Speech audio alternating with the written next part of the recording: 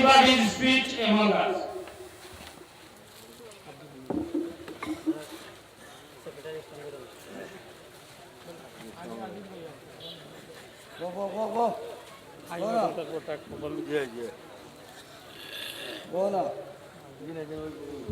अस्सलामु अलैकुम नहमदु व नसल्ली अला रसूलिल करीम। আজকের এই মহফিলে সম্মানিত সভাপতি সাহেব, এই মুহূর্তে যিনি অত্যন্ত সুন্দর সুন্দর কথা বলে গেছেন, আসিমগঞ্জ টাইটেল মাদ্রাসার প্রাক্তন অধ্যক্ষ সুফিয়ান সাহেব,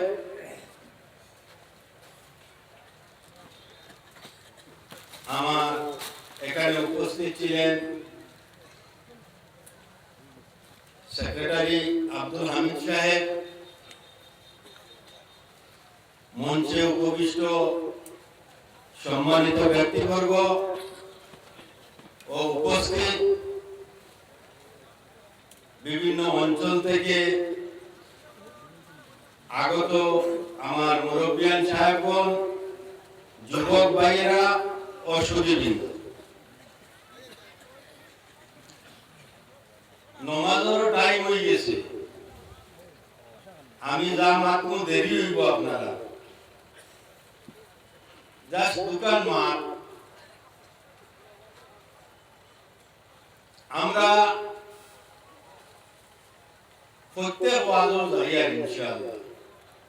এখন ওয়াজের মৌসুম, আগামীকাল বদরপুর, এর পরের দিন ভাষা জিও বাগবাড়ি,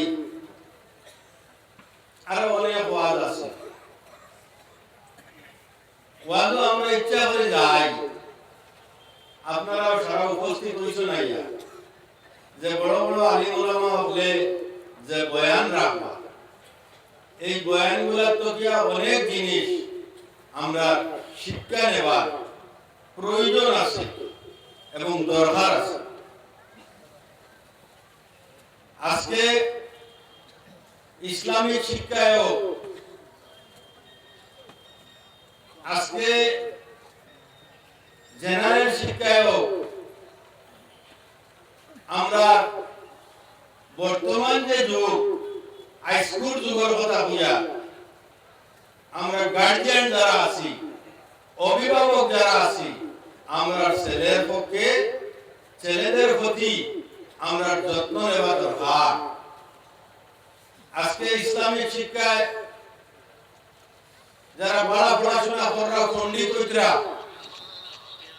এরা আমরা সাহিত্য সহযোগিতা করতাম, ইসলামিক লাইনে দক্ষ পড়াশোনা করিয়া ইসলাম রে আগুয়ে নিতা, আমরা রে জ্ঞান দিতাম। আর সাধারণ শিক্ষা আমরা ছেলেমেয়েরা, বর্তমান যে যুগ, এই যুগ অন্তত পক্ষে আজকে আমরা হয়তো, আমি বইলে বলতে পারি যে স্বাভাবিক মাঠ, আজকে পড়াশোনার অত্যন্ত গুরুত্ব।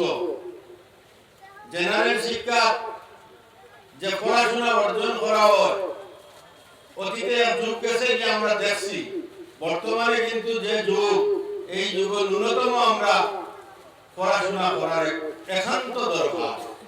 আজকে পড়াশোনা করিয়া কেউ ডাক্তার হইতরা, আমরা মাঝে অনেক ডাক্তার হইছ, আমরা মাঝে অনেক ইঞ্জিনিয়ার হইছ, অনেক প্রফেসর হইছ। এর লাগিয়া আমার একটাই অনুরোধ থাকবো, ওয়াজ মাহফিলে আমরা আইছি ইসলামিক লাইনে, আমরা জ্ঞান অর্জন করতাম, তাই তাই যেখানে হই ওখানে আমরা মুখস্থ করিয়া নিতাম এবং আমরা আদায় করে যেতাম।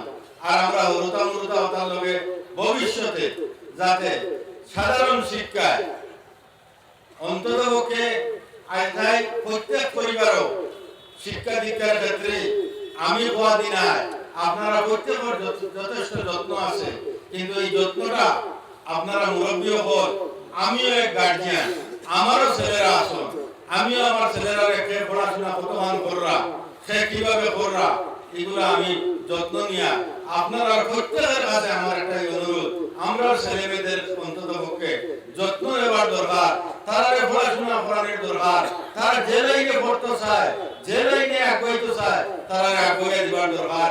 এতে আমরা যেভাবে কষ্ট করে খাই না কেন আমরা চালাইয়া যাইমু, তারা পড়ার ক্ষেত্রে যাতে কোনো অসুবিধা না হয় এই ব্যবস্থাটা আপনারা নিবা। ও কথা বলে সবকে ধন্যবাদ জানাইয়া আমার বক্তব্যের আগে আজকে ওয়াজ মাহফিলে উপস্থিত হয়েছি আইয়া বিশেষ করে নিজে প্রত্যেকবার ভাই এবার তো বিধায়ক হিসাবে আইছি, ওই হিসাবে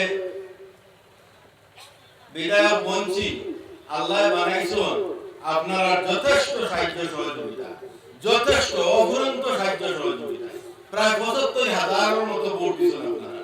কিন্তু দুর্ভাগ্য বর্তমান সরকার এখন পর্যন্ত একটাই রাস্তার কাজ, ওটাও টেন্ডার হয়েছে, বাকি কোনো কাজের টেন্ডার হয়েছে না। হয়তো সামনের মাঠে অ্যাসেম্বলি আছে, করতে গিয়া তাই সাহায্য সহযোগিতা করবা এমএলএ আপনার কাছে, এবং এমএলএ যেসব রাস্তাঘাট আজকে আপনারা যে রাস্তা যেটা শিবরচর থেকে লইয়া এই রাস্তা গিয়ে বারিনবাজার গেছে, বসলাও গিয়া রহিমপুর গেছে, আর রাস্তার এস্টিমেট বানাইয়া বাড়াইছে, পয়সা নাই না আছে, এখন পর্যন্ত কোনো স্কিমের খবর নাই। যাই হোক, আমি আর ইলাইয়ে মাথা যাইয়েন না, আমার একটাই অনুরোধ, আপনারা দোয়া সাহায্য করায় আইলা আল্লাহ ইজ্জত দিছেন, আপনারা ইজ্জত যারা রাখতাম পারি ও দোয়া খান আমাকে করবা। আর এখানে সাহায্য আমি টাকা 20,000 দিব ইনশাআল্লাহ, এখন টাকা 10,000 দিয়া যায়, আর পরবর্তীতে আর 10,000 টাকা আমি দিব আমার সাহেবের কাছে। আসসালামু আলাইকুম।